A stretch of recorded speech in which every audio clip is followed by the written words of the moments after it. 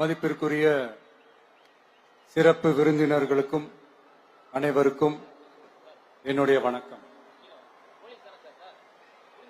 ஒரு சில நிகழ்ச்சி மட்டும்தான் மனசுக்கு ரொம்ப நெருக்கமா ஃபீல் பண்ணும். அதை நினைச்சாலே ரொம்ப சந்தோஷமா ஃபீல் பண்ணும்.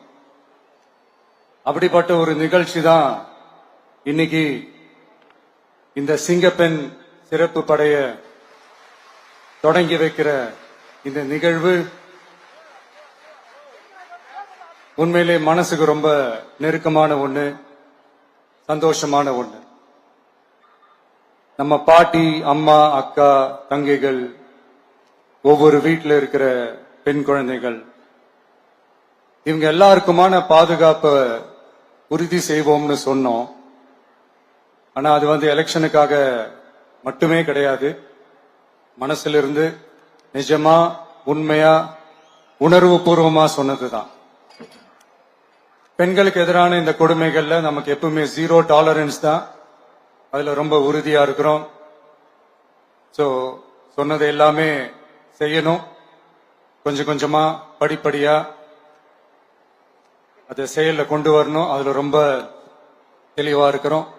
அதனாலதான் ஆட்சிக்கு வந்த உடனே இந்த குறைஞ்ச நாட்களுக்குள்ளேயே இதை நடைமுறைக்கு கொண்டு வந்திருக்கிறோம்.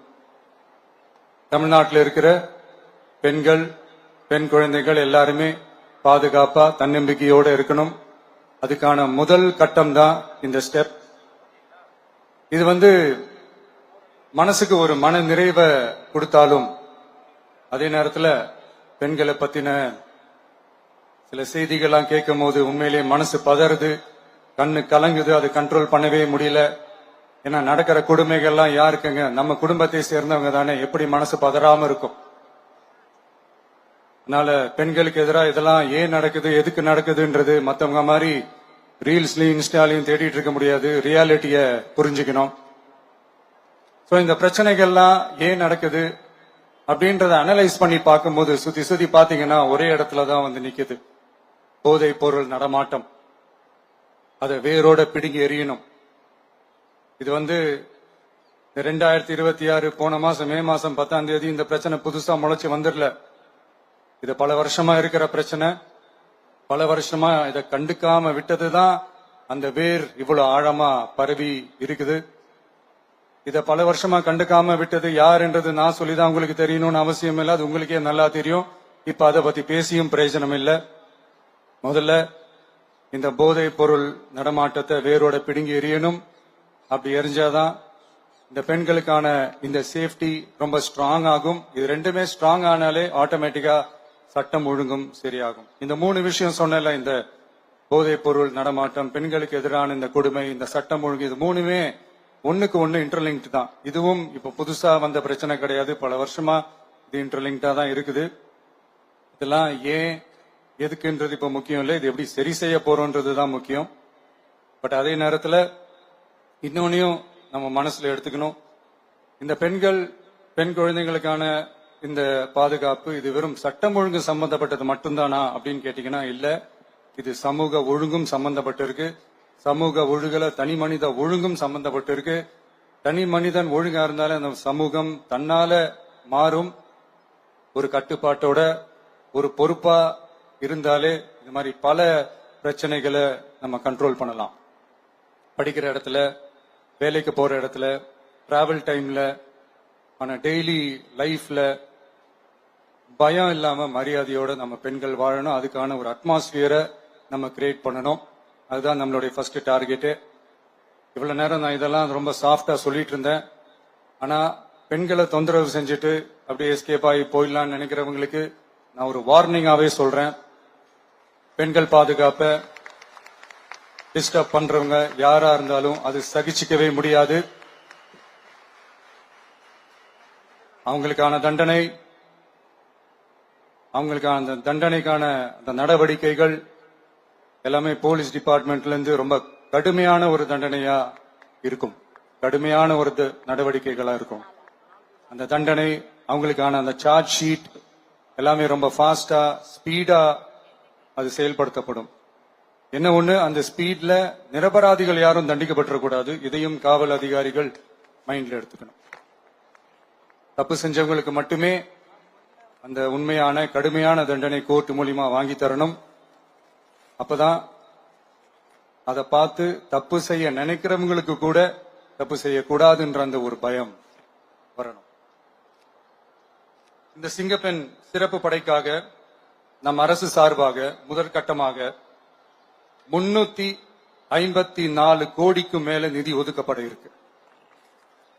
இந்த திட்டத்தோட இரண்டாவது கட்டமா இந்த படைக்காக மட்டுமே 2500 புதிய பணியிடங்கள் உருவாக்கப்பட உள்ளது. பெண்களோட பாதுகாப்பை ஸ்ட்ராங் பண்றதுக்காக மாடர்ன் ஃபெசிலிட்டிஸ் இருக்கிற வாகனங்களும் நவீன உபகரணங்களும் தொழில்நுட்ப சாதனங்களும் அலாட் செய்யப்பட இருக்கு. ஆல்ரெடி உமன் சேஃப்டிக்காக செயல்படுற அமைப்புகளுக்கு அடிஷனல் ஸ்ட்ரென்த் அண்ட் சப்போர்ட்டா இந்த சிங்கப்பெண் படை செயல்படும்ங்கிறத மீண்டும் வலியுறுத்தி சொல்ல விரும்புறேன். பெண்களுக்கு எதிரான குற்றங்கள் நடக்கிறதுக்கு முன்னாடியே அதை தடுக்கிற காவல் நடவடிக்கையில இந்த படை முக்கிய பங்கு வகிக்கும். ஃபீல்ட் ஒர்க்ஸ் அண்ட் பிரிவென்டிவ் ஆக்ஷன்ஸ்ல இந்த படை ஈடுபடுறதால அனைத்து மகளிர் காவல் நிலையங்கள் எல்லாம் வழக்கு விசாரணையிலும் குற்றவாளிகளுக்கு தண்டனை வாங்கி தர்றதிலையும் இன்னும் அதிக கவனம் செலுத்த முடியும்.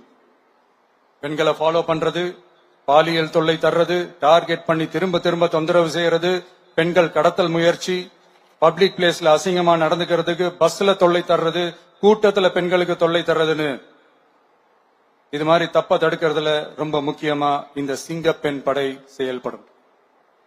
பெண்களுக்கு எதிரான குற்றங்களை தடுக்க நடவடிக்கை எடுக்க இந்தியாவிலேயே முதல் முறையாக ட்ரோன் வாயிலாக பெட்ரோல் மூலை அறிமுகப்படுத்தப்படும். நம்ம வீட்டு பெண்கள் அவங்களோட ட்ரீம்ஸ் அண்ட் எக்ஸ்பெக்டேஷன்ஸ் என்ன அப்படின்றத நம்ம அரசு நல்லாவே புரிஞ்சு வச்சிருக்கு. அது கொஞ்சம் கொஞ்சமா நாங்க செயல்படுத்துவோம். உங்களுக்கான மரியாதையும் தான், உங்களுக்கான அந்த கண்ணியமும் தான் நம்ம அரசினுடைய highest and the most important priority. ஒரு கவர்மெண்டோட அந்த விஷன் அண்ட் டார்கெட் ஆனஸ்டா இருந்தாலே போதும். பிளான்ஸ் அண்ட் அட்டெம்ப்ட்ஸ் அது போற பாதை சரியா இருக்கும்னு சொல்லுவாங்க. அப்படிப்பட்ட ஒரு கவர்மெண்ட் தான் நம்மளுடைய கவர்மெண்ட், உங்களுக்கான கவர்மெண்ட். இந்த ஷார்ட் ஸ்பேன்ல இந்த சிங்கப்பெண் சிறப்பு படைய நடைமுறைக்கு கொண்டு வந்து இதுக்கு ரொம்ப கடுமையா உழைச்ச காவல்துறை அதிகாரிகளுக்கும் பணியாளர்களுக்கும் இந்த நேரத்தில் என்னுடைய பாராட்டுகளை தெரிவிச்சுக்கிறேன். இந்த நேரத்தில் என்னை பொறுத்த வரைக்கும் ஒரு கவர்மெண்டோட முதல் சக்சஸ், முழு சக்சஸ் இன்ஃப்ராஸ்ட்ரக்சரோட வளர்ச்சியிலையோ பொருளாதார வளர்ச்சியிலையோ மட்டுமே இல்லை, அந்த ஸ்டேட்டோட பெண்களும் குழந்தைகளும் மரியாதையா வாழ்றாங்களா அப்படின்றதுலதான் அந்த கவர்மெண்டோட முழு சக்சஸுமே இருக்கு. அதோட சேர்ந்ததுதான் மற்ற எல்லா வளர்ச்சியும். அதுலயும் நாங்க கவனம் ஃபுல் கான்சென்ட்ரேட் பண்ணுவோம். கான்பிடென்டா இருங்க, நல்லதே நடக்கும், வெற்றி நிச்சயம்.